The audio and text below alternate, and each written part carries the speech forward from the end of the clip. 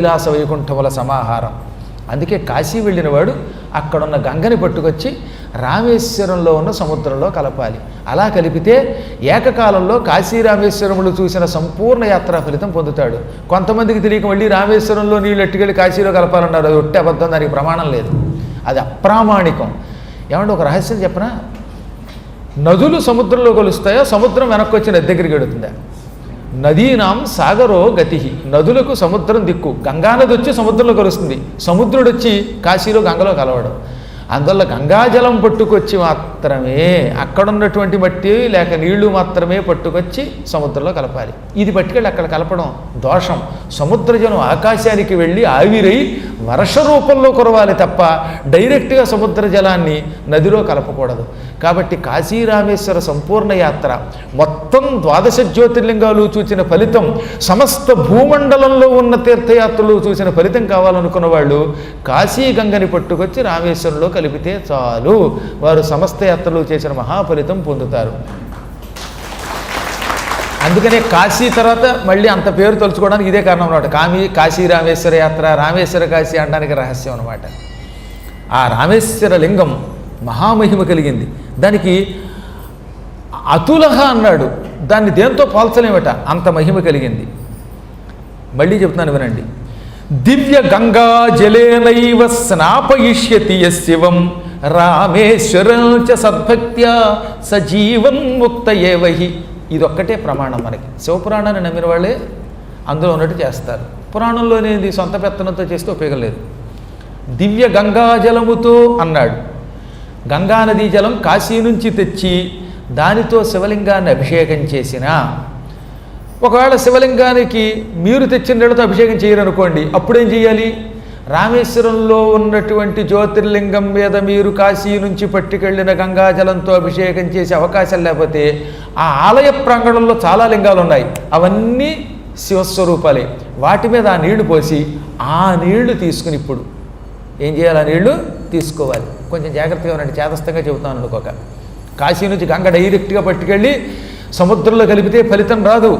కాశీ నుంచి గంగాజలం పట్టుకొచ్చి రామేశ్వర జ్యోతిర్లింగం మీద కానీ లేదా ఆలయ ప్రాంగణంలో ఉన్న ఏదో ఒక లింగం మీద కానీ ఇన్ని నీళ్లు పోసి ఆ శివలింగం మీద ఉన్న నీళ్లు మళ్ళీ ఈ గంగాజలంలో కలిపి ఇప్పుడు ఈ నీళ్లు పట్టుకెళ్ళి సముద్రంలో కలపండి. కలిపితే గంగానదిని భూమికి తీసుకొచ్చిన భగీరథుడికి వచ్చిన పుణ్యం వస్తుంది, శాశ్వత ముక్తి వస్తుంది, సంపూర్ణ యాత్రా ఫలితం వస్తుంది. జీవన్ముక్తస్యేవహి, వాడు జీవన్ముక్తుడు అవుతాడు. బతికొండగానే సంసార బంధాలన్నీ తొలగిపోతాయి, కష్టాలు ఉండవట. ఇంక వాడు ఆ క్షణం నుంచి అన్ని కష్టాల నుంచి విముక్తి పొందుతాడు, ఆనందంగా బతుకుతాడు. అంత్యకాలంలో బెంగతో చచ్చిపోతే ఆ దరిద్ర జన్మ వస్తుంది కదండి. యాంతే మతి సాగతి, అంత్యకాలంలో నీ బుర్రలో ఏముందో అదే జన్మ వస్తుంది.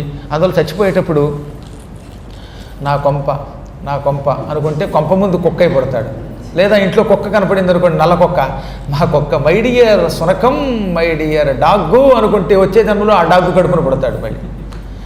అలాగే ఏదనుకుంటే ఏదనమాట, నీవు ఏ వస్తువు మీద ఎక్కువ వ్యామోహం పెంచుకుంటే అదే జన్మ వస్తుందన్నమాట. అందుకని సాధ్యమైనంత వరకు మనసులోకి ఏవి రానివ్వకూడదా. చచ్చిపోయేటప్పుడు హాయిగా భగవంతుడిని తలుచుకుని చచ్చిపోమన్నారు. శివ అనుకో, ఇంకోటి అనుకోకు.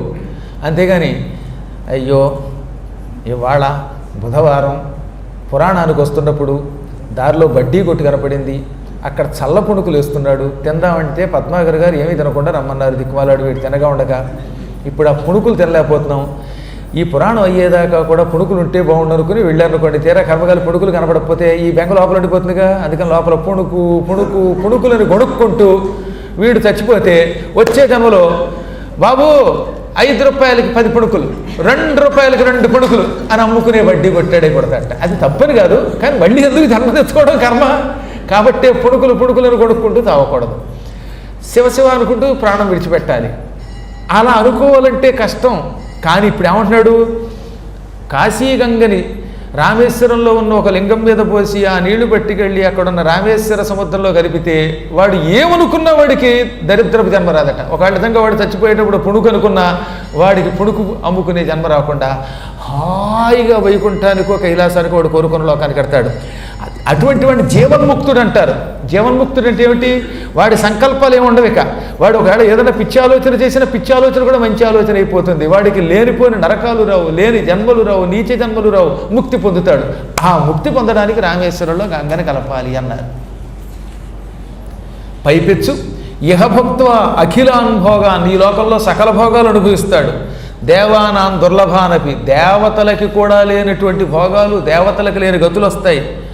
అంతే ప్రాప్య పరం జ్ఞానం, ఏది ఇందాకనే చెప్పినట్టుగా కాశీగంగని రామేశ్వరంలో కలిపినవాడు ఉంటాడే, వాడికి మరణకాలంలో పరంజ్ఞానం ప్రాప్య, ఒక గొప్ప జ్ఞానం వస్తుంది.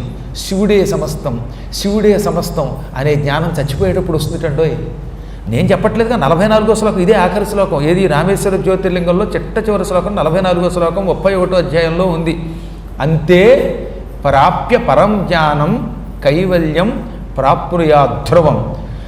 ఆ వ్యక్తి, ఏ వ్యక్తి కాశీగంగని రామేశ్వరంలో కలిపిన వ్యక్తి చచ్చిపోయేటప్పుడు, వార్ధక్యంలో మరణించేటప్పుడు ఇంక ఏ ఆలోచన పొందడు, పరంజ్ఞానమే పొందుతాడు. పరమాత్మకి సంబంధించిన ఆలోచన మాత్రమే వస్తుంది. అప్పుడు వాడు చివరి క్షణాల్లో ఆహా శివ పార్వతీ వల్లభ అని ఆ పరమాత్మను తలుచుకుంటాడు.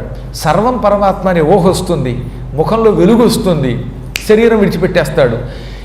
మహాద్భుతమైన కైవల్యం, మళ్ళీ మానవ మాత్రుడు ఊహించలేని కైవల్యం పొందుతాడు. ధ్రువం, గ్యారంటీ అన్నాడు ఆయన, ఖచ్చితంగా పొంది తీరుతాడు అని శివుడు వరం ఇచ్చాడు. ఇంత గొప్పది పరమ పవిత్రమైన రామేశ్వర జ్యోతిర్లింగం.